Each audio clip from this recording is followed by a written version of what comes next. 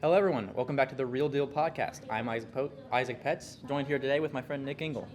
How's Nick, it going? How about you do a little introduce yourself action? Hi, my name's Nick. I'm a student here at Ball State University.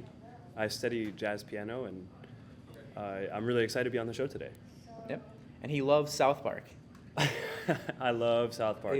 South Park. I hate when they're mean to Butters. I can't stand He it. also loves Hugh Jackman because his middle name is Logan, because he was named after Logan from Wolverine. Yeah. Yeah. Yeah. You kind of... And kind of dodged your middle name there. Yeah, you jumped into like the crux of that story, but Yeah. My dad didn't have a lot of say in what my name was, but he was able to get my middle name to be Logan from Wolverine. Speaking of Wolverine, he was here today. Not today. He was here the last couple of days. Mm-hmm. Not as Wolverine, but as himself, Hugh Jackman. Yeah. He had no claws today, unfortunately. But he was here. I saw him. I saw him in the Letterman lobby. He gave me a high five, and I got a really good picture. Yeah. Hugh Jackman, he actually came for the Department of Theater and Dance. And he was here for, I think, like 3 or 4 days doing different clinics and master classes. And yeah, I don't know. I think it's kind of bold to walk around on a college campus being that popular, not for like safety reasons, but just so much. I mean, a little bit for safety reasons. Yeah, but I mean, like, there's just so many people. And like, I don't know. The weird thing for me is that it like made the news. Yeah. like apart from Snapchat stories and stuff, it was like on the news, which is kind of crazy. But. I thought it was funny. He is staying at the Mearns' house. President Mearns' Really? house. Yeah, he was staying at Mearns' I know house. I don't know what they were doing there. Who knows? Who was to say? All right, so this episode we're going over South Park season and how it's impacted the world around us. But the thing is, we can't talk about South Park without first mentioning the assassination of Charlie Kirk, as he was in the second episode of the new season. So my statement on that is, while it is a horrible, horrible thing that happened, it is surrounded by so many other horrible things that are still happening, such as the murder of Trey Reed and the Evergreen school shooting, which are not getting as much attention as Charlie Kirk, which I think is really, really unfortunate. Yeah, I mean, I condemn murder of all forms. I don't think anyone deserves to lose their life. But that being said, the way you die does not redeem the way you lived. And the way the media has portrayed Charlie Kirk, I don't think fully represents how he was as a person. It's important to understand both of those. But I think the role that the media plays in all of this has really been even more impactful in like the current way that the media operates with the internet and things being able to shift so quickly is something that we haven't really seen in our lifetimes, or it's not something that a lot of people are used to in tragedies like this. Mm-hmm. Because it's so like, it's just like, think about like, even when we were kids, it wasn't like how it is now. Right. If you had a video of something, you had to send it to TMZ, and then TMZ sends it to ABC or whatever, or they buy it off of you. But now, I mean, like there's videos of all sorts of points in the event, when it happened and after, and it's crazy that those things can be broadcast to everybody, and it's kind of a lawless land overall. Yeah. Moving on to the actual episodes. Mm-hmm. What do you think of the new season? Actually, first of all, like South Park in general, what's your thoughts?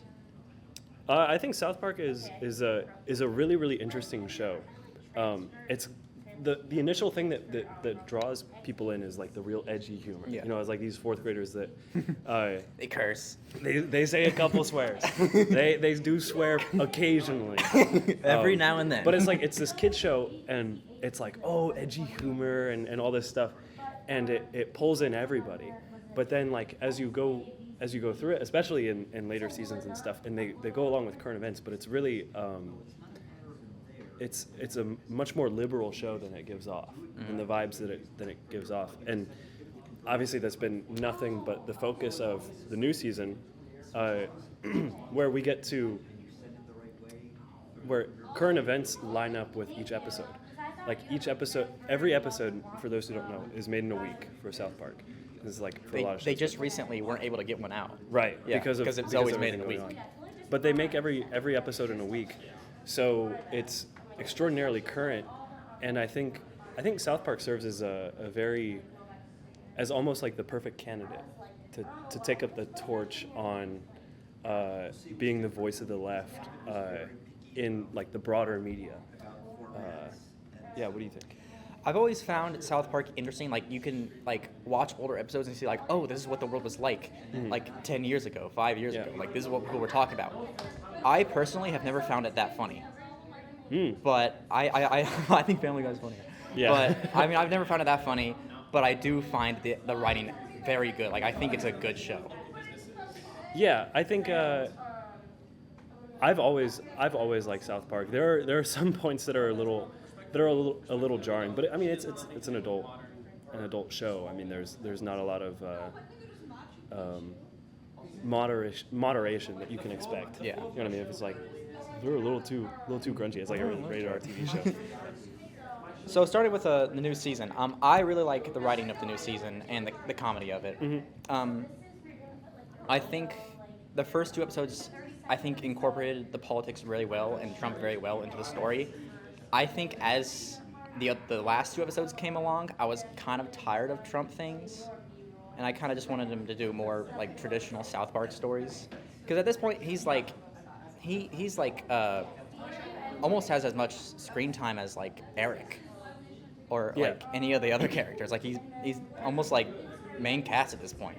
Yeah. Like he's in so many episodes. Him and Satan are in so many episodes that it's like, is every episode going to be like this? Do you think? Would you prefer it if every episode was like that? I think I definitely understand what you're saying, where he's like a character, and it's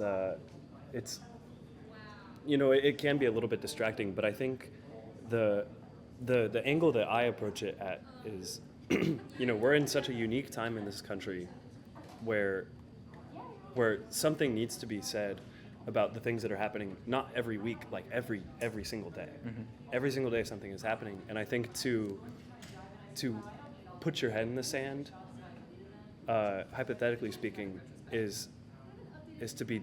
It's like just as bad as if you were on the. Let me think of a better way to phrase it. But I think to not do anything is even worse than. But do you know what I'm saying? Like, it's important to say something, just because of the climate that we're in right now. Yeah. Okay, I do agree with that. I just feel like sometimes it can be hard to differentiate between episodes, like just from a purely like creative writing standpoint. Yeah. Like it's like, oh, it's a Trump episode. Like, which one's that?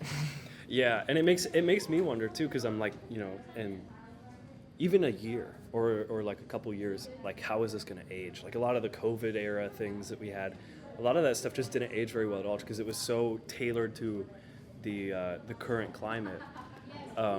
It'll be interesting for sure, but I think for the current moment, it'll serve really, really well as a time capsule, because you'll be able to go through week by week and be like, oh, this is what happened and this is what happened. Yeah. I think it's an interesting choice for sure. Yeah.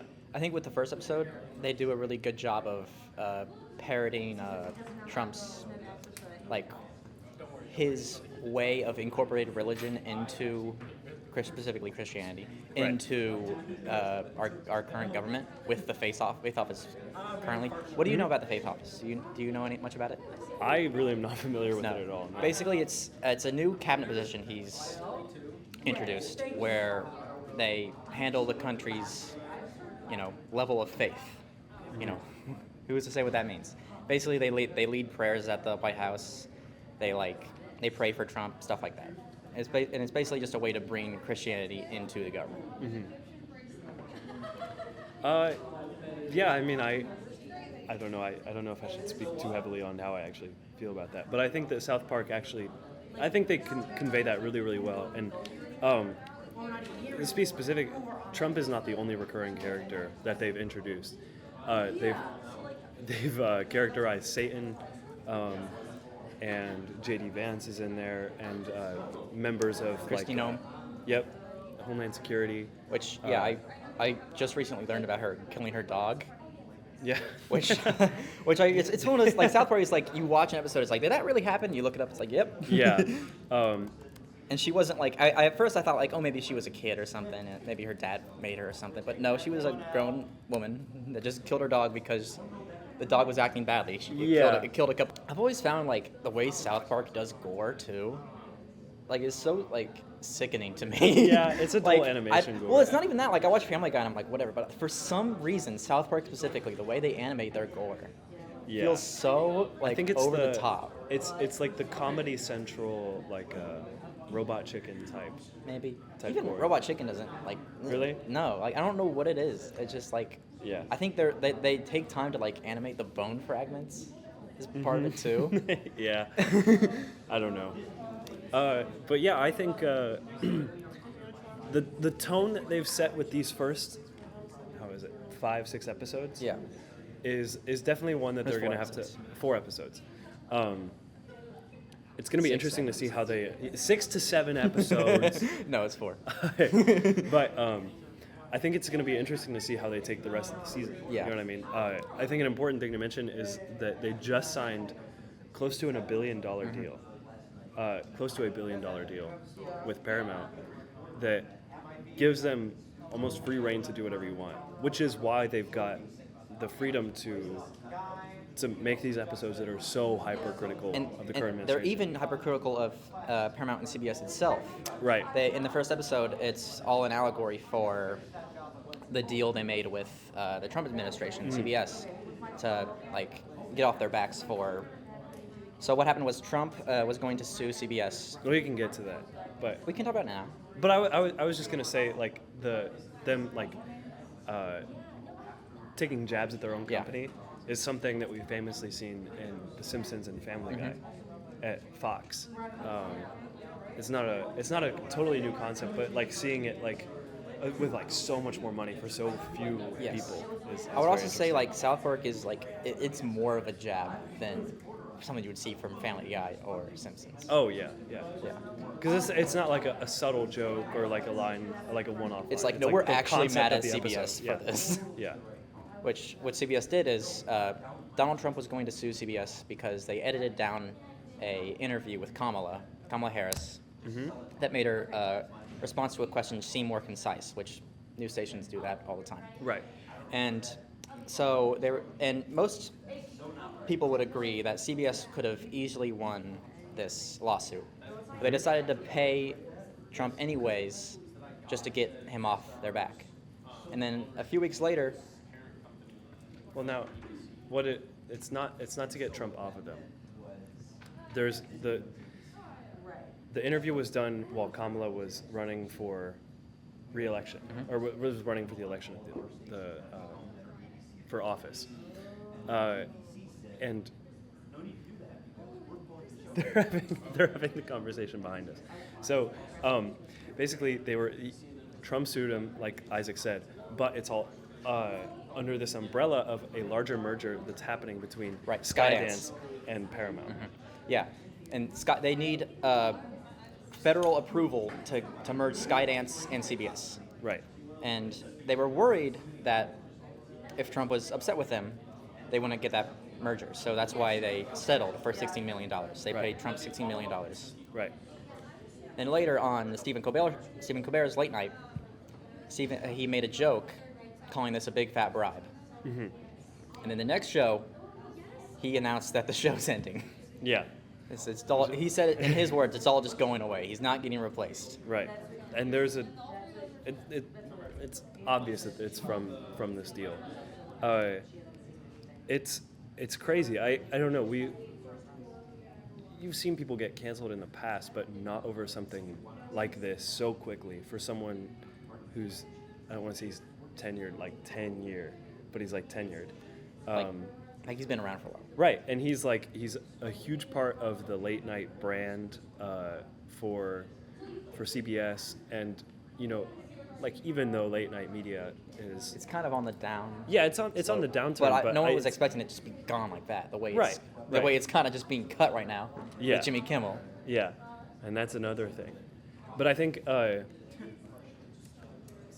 it's weird because the deal that he got, Stephen Colbert, it's almost sweet compared to what Jimmy Kimmel got.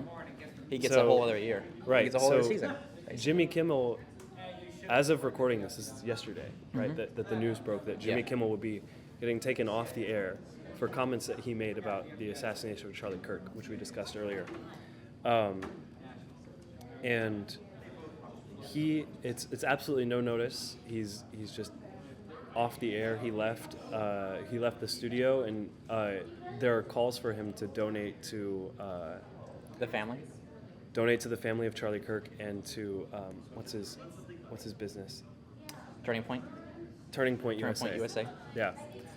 So it's a super bizarre time we're in this like larger mainstream media, and it kind of makes you have to like sort of stand back and reassess where so much of our free speech is set in, and like where a lot of the representation is coming from, because for the longest time it's been the late night host, like the late night guy. He gets up, he does his monologue, he gets a couple jabs in, and then you're sitting you're sitting on your couch and you're like, that's my guy. But you think with Jimmy Kimmel or Stephen Colbert, how many people are like losing their their sense of representation in the media or their overall voice, which is very frightening. I think part of it is like South Park makes this point that like Trump doesn't necessarily need to pass any kind of legislation. He just needs to intimidate. Like he just needs to intimidate the media companies. It's like CBS or ABC, Right. to get what he wants. He just needs to make them think he's not gonna allow them to do this stuff, or to think that he's gonna come after their business in some way.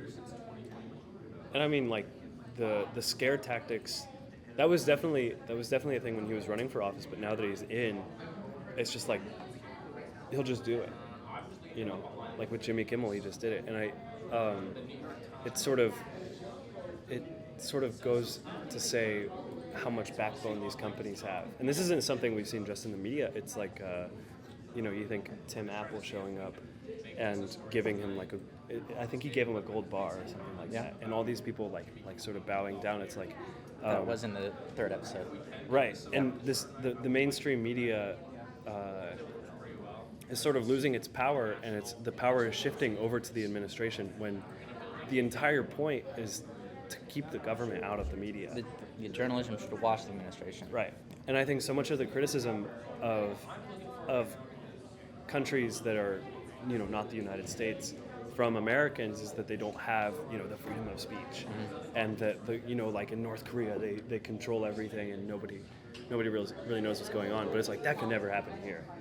But we're seeing it happen here in real time, which is incredibly frightening. I think it's encouraging when a show like South Park comes through, and they are, they're such a massive IP and just a voice in general. And that's just it's fueling not it. going away. Like Right. it cannot go away. Contractually, it cannot go away. And I think the timing is really good with their contract. Like if the contract got solidified even, a couple weeks from now, like they could have missed out on so much stuff. But yeah, it makes you wonder. Like they said, nobody's gonna step in for Colbert. Like it's just like there's nobody filling in. What's gonna happen, or where a lot of his viewers are gonna go. Because there's gonna be so many people that, Colbert was their guy, or Jimmy Kimmel was their guy. Colbert, I mean, he recently won an Emmy for this season. Yeah. I'm not a big watcher of late night myself, but he won an Emmy. I mean, his ratings were much higher than the other late night, talk shows. Yeah. So it's like suddenly he's gone for financial reasons. It's like that doesn't make sense. It doesn't make any sense at all. Yeah, I don't know. I think what we're gonna see, especially, is time goes on and with these like sudden firings and stuff, them getting fired is one thing, but the company's sort of like not standing up for their important parts of their brand is something that a lot of people are going to see and be really upset with. I've heard people canceling their Disney subscriptions and not watching ABC shows anymore and things like that. And I think that's totally justified. I think in general we've needed to shift. We don't need to. Just this has been happening naturally that people are shifting from these big corporations to smaller entities. Mm-hmm. So whether that be, Turning Point USA is a great example of that. Yeah. I personally don't support Turning Point USA, but they have shows where Charlie Kirk used to go on and he would talk about different things, and it was like a radio show, but it's like a perfect representation of the modern era and how to reach that younger audience. Yeah, exactly. And like we saw it in this most recent election with podcasts, and it's like I wouldn't watch the late night, but I would watch the Adam Friedland show. Exactly. Yeah. Or any of those shows. Like he went on the Joe Rogan podcast, like the biggest podcast in the world, and it's just while it is a terrible thing that Jimmy Kimmel and Stephen Colbert got fired, I think for the for the younger half of Americans that didn't watch his show, it's not going to be as impactful as it is to the people who that was kind of like their last voice and representation in the big media. Right. We are running out of time. Okay. Is there anything that you didn't like about this new season? I didn't like. It was really. There's some stuff that's really on the nose and just doesn't seem that creative to me. Yeah. For me, that was the Charlie Kirk episode. Okay. I just felt like there wasn't that poignant of a critique of him. It was kind of just, we don't like this guy. Right. Like there didn't really point out any like kind of hypocrisies like they did with Trump. It was just kind of like, we don't like him, so he's Cartman. Right. For me, it was the Labubu episode. Labubu? The Labubu episode with the tariffs tied in. Do you want to talk about the conspiracy behind the Labubus? We may not have time. We can get to that. I don't know. But the whole thing that I didn't really like was look up Labubu Pazuzu conspiracy. You can do that. Yeah. Labubu Pazuzu. P-A-Z-U-Z-Z. I don't know. Gesundheit. Yep. That's all I got to say on that. Yeah. No, but what I didn't really like, it didn't seem like it was really pushing the paradigm. It was kind of like... So Butters buys a Labubu for $80, and he doesn't get the one he wants. So he leaves, he comes back, and he's like, I want to buy another Labubu. And he's like, oh, well, it's $125 now. And he's like, well, why is that? And then it seems like the show just grinds to a halt, and he's like, well, it's because of a tariff. He's like, well, what's a tariff?